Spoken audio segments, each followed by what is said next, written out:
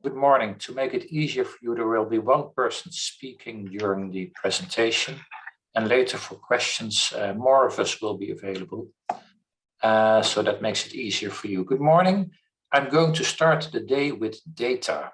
Normally that's not a topic that gets people out of bed, but you should remember that this data as a means to support advocacy. What you will be looking at is a joint effort from 3 persons. That is the team of Annikka, Silke, and Diederik, but also 16 organizations that participated in setting up the survey, and about 2,500 people in Europe that responded to the survey. So this is what you see is a result from more than 2,500 people working together. It's preliminary, and I must repeat it again, it's preliminary. We just closed the survey 10 days ago, a little over 10 days ago. So we've not been able to do a complete analysis, and the numbers you will see may change in the decimal points easily. So, but nevertheless, we wanted to give you some feedback already of what we did. What we will discuss are the objectives of the survey that we did, the process we followed. Then we will tell about the participants. So where were the respondents coming from? We'll give some preliminary results, and then we can talk about the future and have time for questions. So first, the organizers. The organizers are 16 organizations, and essentially they are the EUCAP organizations.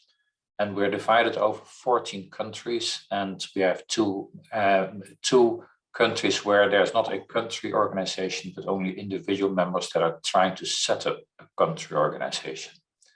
And on the map, you see who they are. It's a fair distribution over Europe, north-south, and east-west. It is not complete yet, but we are growing. The objectives of this survey were to support the advocacy work of autistic people in Europe. And advocacy is working on behalf of somebody else. So data there is essential if you want to verify for yourself that you're doing the right thing, but also when you want to demonstrate to others that you are representing views from many other people. So we had 35 questions that were on 2 main themes. One is priorities regarding research and support, and the others were views on the representation. And so we asked questions on the demography, like what is your age? Did you self-diagnose? Things like that. We asked questions on research priorities and risks, on what type of treatments and support do you need or have access to, and on representation, so who can talk on your behalf, who can make decisions on your behalf. And we also added the opportunity for people to give messages for other people to repeat what the person said. The process we followed, and we started, we really started beginning this year. So in a 12 or 10-month period, we first started by selecting the theme. And that we did within the executive board of EUCAP. We then we developed the English language questions, we developed the questions that go with the themes. And we asked the EUCAP members to give feedback on these questions. Are they clear? Are they offensive? Things like that. Once we got that feedback, we started with translation, and we translated it in 12 languages. EUCAP members were responsible for that. And they also were responsible for an independent back translation. So a different person who did not see the original English questions were asked to translate their national language into English, so that we have a confirmation that the language version itself is the same question as in all other countries. After that, we have 35 questions times 12, and we coded that in a suitable survey program. We developed some publication materials and asked the EUCAP members to make publicity. And the survey ran from 15 September to 15 November. That's a 2-month period. And we've done a preliminary analysis, and I must repeat again, this is preliminary, meaning results can change, and it is not the full understanding of what we have. So let's first look at who participated. This is the same map of Europe, and what you see, these 12 languages resulted in responses from 31 countries. And the countries that we have responses from Russia, the Baltic state, Poland, and of course also from EUCAP members. And you see that most EUCAP members have a fair representation. So publicity in the countries where EUCAP has a member, the publicity there is sufficient, and sufficient autistics did respond to this to the call to fill in the survey. In total, we had close to 2,500 respondents that in the first analysis were valid respondents, which means that they completed sufficient information from the survey. And they fall in the category. We have people, of course, that said we are not autistic, and we had to remove the results from the results that we will show, because we only want to show the results of people that are autistic. In what you see in the results now, we've excluded the responses from countries that have less than 10 participants. They're in the total sum, they are valid, they contribute, but they may not be representative for a particular country. That's why on the country level, we would exclude them now. But let's look at some of the information on demographics. So who participated in this survey? The first thing is, if you look at the sex, the sex that people identify themselves with, so you might also call it gender. The majority was female, and males were a minority. That is not funny. That is quite normal for surveys. Women are more likely to participate in surveys than males. You find that in many other surveys as well. There's also a fair share of people that identified that they identify themselves neither male nor female. On the diagnosis, the vast majority had a formal diagnosis, but almost a fifth had participated based on a self-diagnosis. And you should realize that self-diagnosis is more or less a natural thing with autism, because accessibility to a diagnosis, to a formal diagnosis, is not widespread in all countries. Waiting list, there can be either absence of getting a person skilled, or the waiting lists might be a year or so before you are able to get a formal diagnosis. Are these people organized? So are they a member of an autism organization? And what you'll see is that almost a quarter is member, or a little bit more, is a member of a autistic-led organization. A fifth is a member of a organization that is led by professionals and or parents. And there's also a bit of an overlap between those two groups.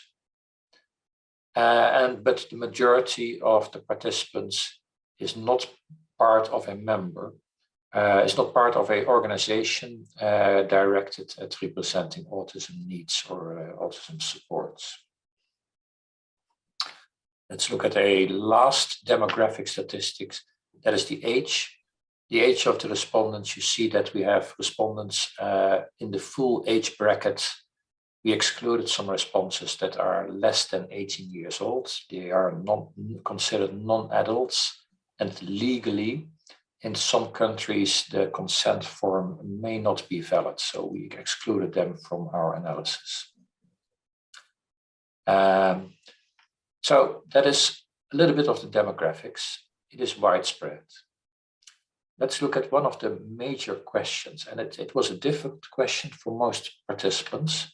It's about research priorities. And we asked them two questions. We asked them, for instance, on the first research theme, service systems intended to help autistic people. We asked them, what are the potential risks that you see with doing research on this topic? We also asked them, what do you see are the benefits of doing that research?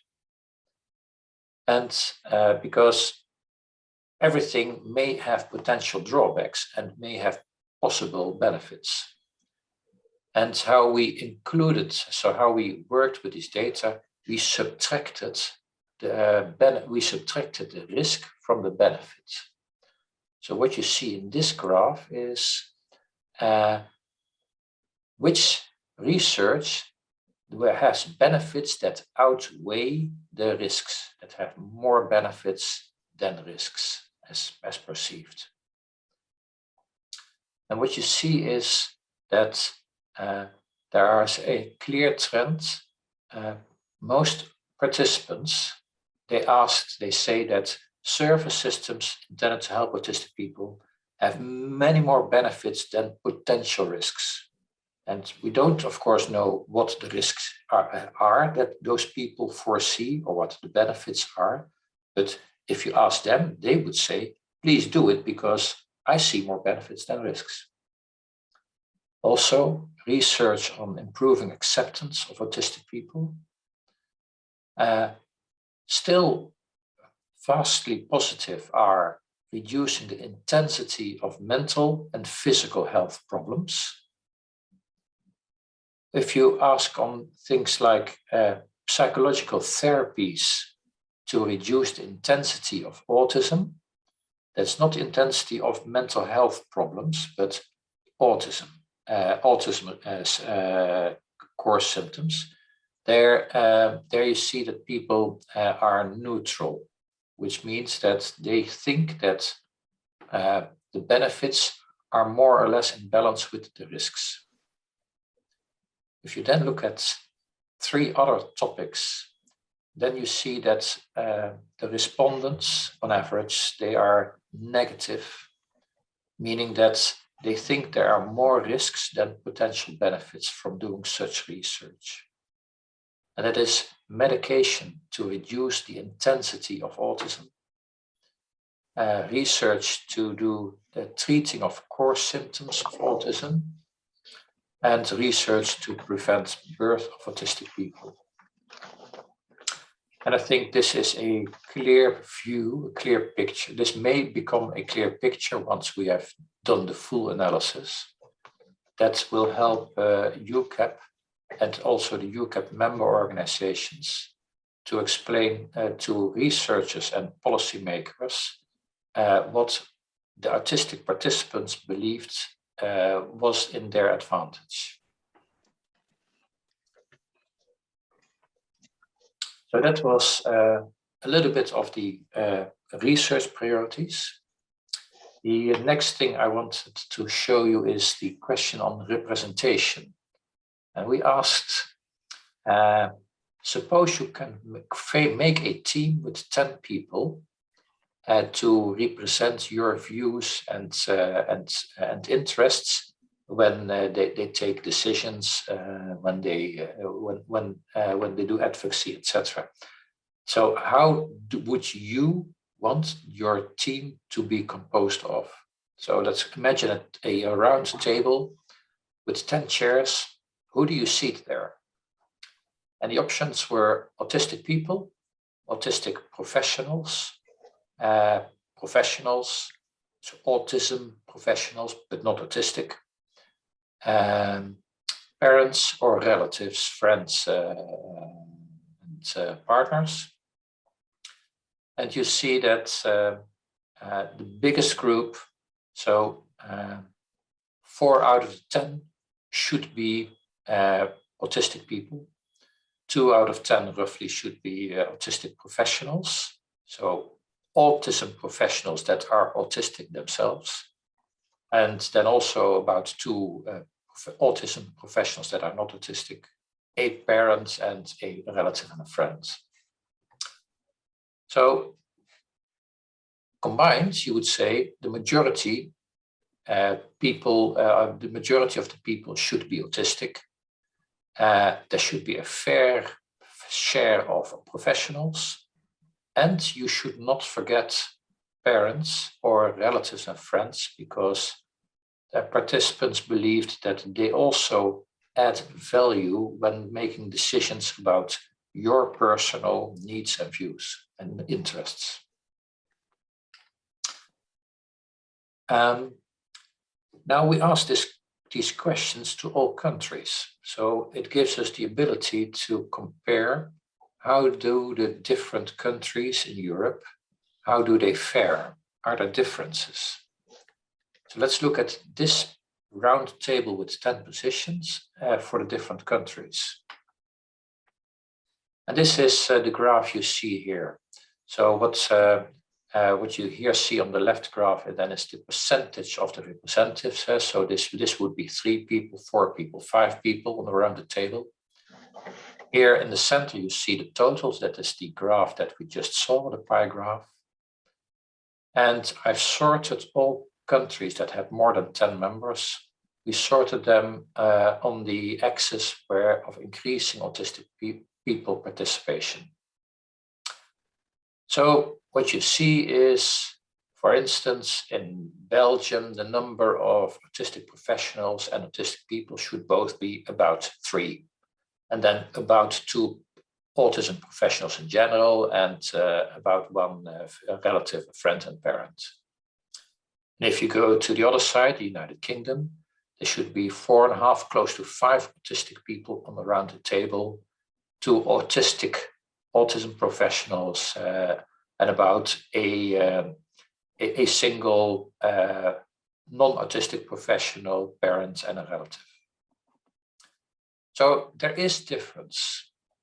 Now, the interesting thing here is that many of us might expect that in Northwest Europe, the autism stuff is better developed, so there's more access and the people are better organized. But this graph does not show a north-south divide.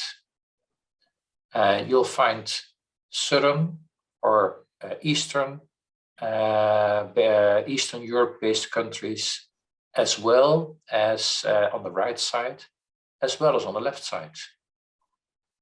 So there is difference between countries, but there is no big divide in at least on this question, on views, who should represent views and interests. There's no big north-south divide. Diederik, there's 5 minutes left. Oh, that's okay. Thanks for the warning. And what you see is that also most countries, they get around 5 to 6 seats for autistic people. If you sum the autistic people and autistic professionals, Here you would have about 6 people, which is the majority, but also in the right-hand side where you have 4 or 5 and autistic people, and then about 2 autistic professionals. So in general, most people agree autistic people, professional or not, should have the majority on the table. So this is preliminary, but this was also the first survey done in Europe on an international scale, completely organized by autistics. And I think this went quite well. Or we think this went quite well. It's a joint effort. So all EUCAP members needed to give feedback. They needed to give translations. They needed to recruit people. They needed to make advertisements. We did, and you see that this reflects in a good response from all countries. The survey team, we worked with in 3 different countries. There were time constraints, and we had a long project. We had only a year or less than a year, whereas normally you might even need more time for this. You need to agree on the content, you need to agree on the phrasing of questions, translations, etc. So it's a long process. And of course, there are opportunities to improve this. We got a response like, can we have simpler languages, language versions? We don't want this theme. We don't want questions about support. I don't want to be treated. Well, yes, but maybe we still want to have the evidence that you don't want it. So, of course, there are many more opportunities, and we probably should also pilot a survey more on a broader, in order that more autistic people can participate. We will do a detailed analysis. We start with that next year. And also next year, we will do another survey. So if you think that or designing a survey is something that you want to be involved in, please share us with your ideas or join up.